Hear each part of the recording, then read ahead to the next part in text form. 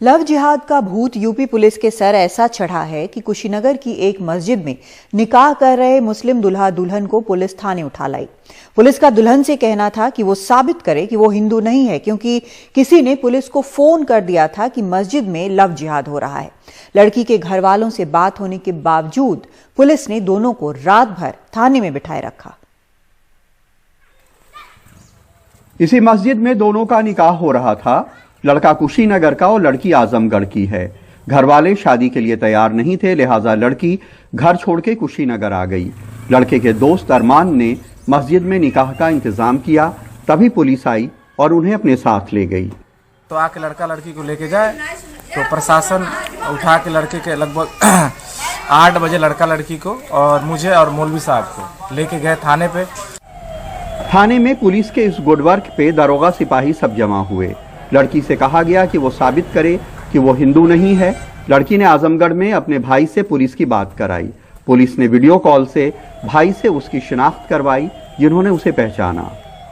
11 बज चुका था। एसओ साहब थे, दरोगा जी थे, मतलब काफ़ी लोग थे, प्रशासन के पूरे लोग टीम थी।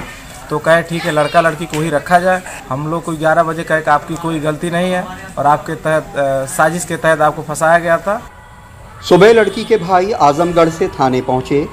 उनसे पुलिस ने एक तहरीर ली, जिसमें उन्होंने लिखा कि मैं अपनी बहन और होने वाले बहनोई को अपने साथ सकुशल थाने से लेकर जा रहा हूं। जरूरत पड़ने पर मैं इन दोनों को अपने साथ लेकर थाने पर उपस्थित हो जाऊंगा। मेरी बहन अपनी मर्जी से अपना निकाह करने के लिए तैयार है। बताया जा रहा है कि ये लव जिहाद कानून का दुरुपयोग है, क्योंकि पुलिस थाने लाई लव जिहाद का मामला जान करके।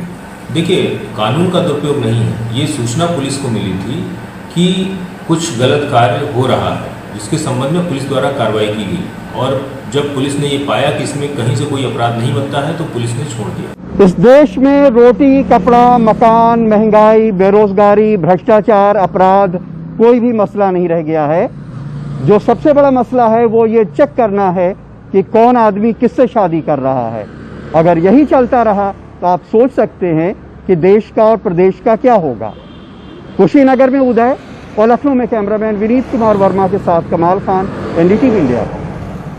असम के एनआरसी अधिकारियों ने गुवाहाटी हाईकोर्ट में एक हलफनामा देकर कहा है कि एनआरसी की लिस्ट में 3 लाख के करीब लोग अयोग्य हो सकते हैं, जिन्हें भविष्य में अपनी नागरिकता छोड़नी पड़ सकती है। वकीलों और सामाजिक कार्यकर्ताओं का कहना है कि ये असम में एनआरसी को फिर से खोलने की कोशिश है। बीजेपी जोर शोर से ये मांग करती रही है, लेकिन इसके नतीजे क्या हो सकते हैं, बता रहे हैं हमारे सहयोगी रत्नदीप चौधरी। यह कानूनी प्रक्रिया का खुला उल्लंघन है, क्योंकि कई काम सुप्रीम कोर्ट द्वारा किए जाने हैं। असम की एनआरसी से जुड़े कुछ अर्जियां सुप्रीम कोर्ट में लंबित हैं। ऐसा लगता है कि एनआरसी के संयोजक असम एनआरसी का मामला गुवाहाटी कोर्ट में फिर से खोलना चाह रहे हैं। हाई कोर्ट एनआरसी की प्रक्रिया की कभी निगरानी नहीं कर रहा था। इस काम के लिए सुप्रीम कोर्ट अधिकृत है।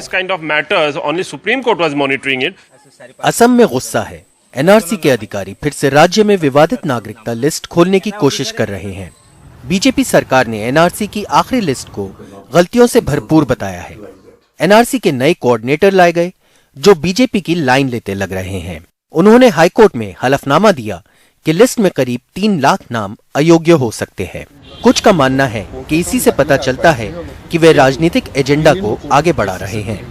Whatever he have stated in the affidavit, we have learned in several days before or months before from various।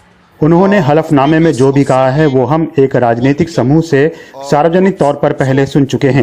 इससे लगता है कि कोऑर्डिनेटर एक राजनीतिक समूह के प्रवक्ता के तौर पर काम कर रहे हैं और इसे सर्वोच्च न्यायालय के सामने लाया जाना चाहिए।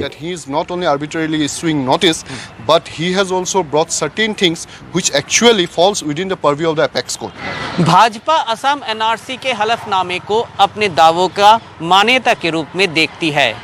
पार्टी ये कह रही है कि असम में वो एक सच्चा एनआरसी लाने वाली है और ये बात पार्टी उस वक्त कह रही है जबकि असम में चुनाव अगले 6 महीनों में होने वाले हैं। Until unless two NRC doesn't come up, BJP will not accept the NRC. जब तक सही एनआरसी नहीं आती, बीजेपी इसे मंजूर नहीं करेगी। कम से कम राज्य सरकार और असम के लोगों के संतोष के लिए 20% डेटा की फिर से जांच होनी चाहिए। 20% re-verification for the border district and 10% re-verification for the rest district can be done. साफ तौर पर असम में एनआरसी का मुद्दा अभी कानूनी पचड़ों में फंसे रहना है, ताकि और ज्यादा लोगों को बाहर करने की गुंजाइश नजर आती रहे। 2021 में असम में होने वाले चुनाव से पहले ये मसला राजनीति को राज भी आएगा। असम से रत्नदीप चौधरी की रिपोर्ट, एनडीटीवी इंडिया। नवजात बच्चों की मौत को लेकर कोटा का जेके लोन अस्पताल विवादों में है। 24 घंटे के अंदर 9 नवजात बच्चों की मौत हो जाने से पीड़ित परिवार अस्पताल प्रबंधन पर लापरवाही का आरोप लगा रहे हैं। वहीं अस्पताल का कहना है कि इस मामले में लापरवाही नहीं की गई है। अब मामले की जांच के लिए स्वास्थ्य मंत्री ने कमेटी बनाई है, जो मामले की जांच कर अपनी रिपोर्ट देगी।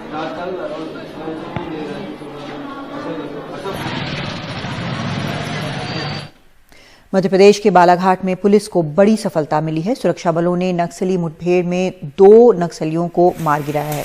मारे गए नक्सलियों में एक महिला नक्सली भी है। सूत्रों के मुताबिक मारे गए नक्सलियों की संख्या और ज्यादा हो सकती है। मुठभेड़ किरनापुर थाना के बोरवन के जंगल में हुई। खबर के मुताबिक पुलिस को जंगल में नक्सलियों के आने की पक्की सूचना मिली थी, जिसके बाद कार्रवाई की गई। भारतीय सैन्य अकादमी में आज पासिंग आउट परेड का आयोजन किया गया। इसके साथ ही 325 नौजवान भारतीय सेना का हिस्सा बन गए। 70 विदेशी कैडेट भी आज पास आउट हुए हैं। भारत माता तेरी कसम तेरे रक्षक बनेंगे हम आईएमए गीत पर परेड करते हुए जैसे कैडेट ड्रिल स्क्वायर के पास पहुंचे, लोगों ने खड़े होकर उनका स्वागत किया।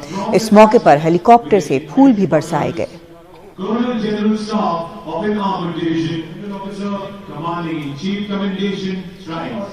परेड मैदान की ओर आ रहे हैं। वे परेड मैदान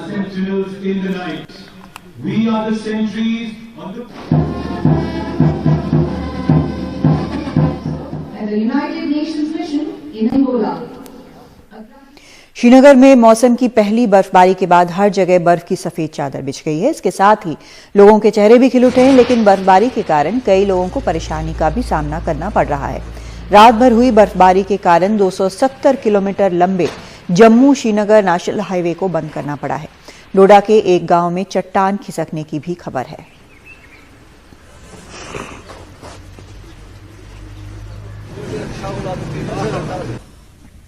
हिमाचल प्रदेश में भी पिछले 24 घंटों में जमकर बर्फबारी हुई है। शिमला, मनाली, लाहौल समेत कई ऊंचाई वाले इलाकों में बर्फ गिरी है।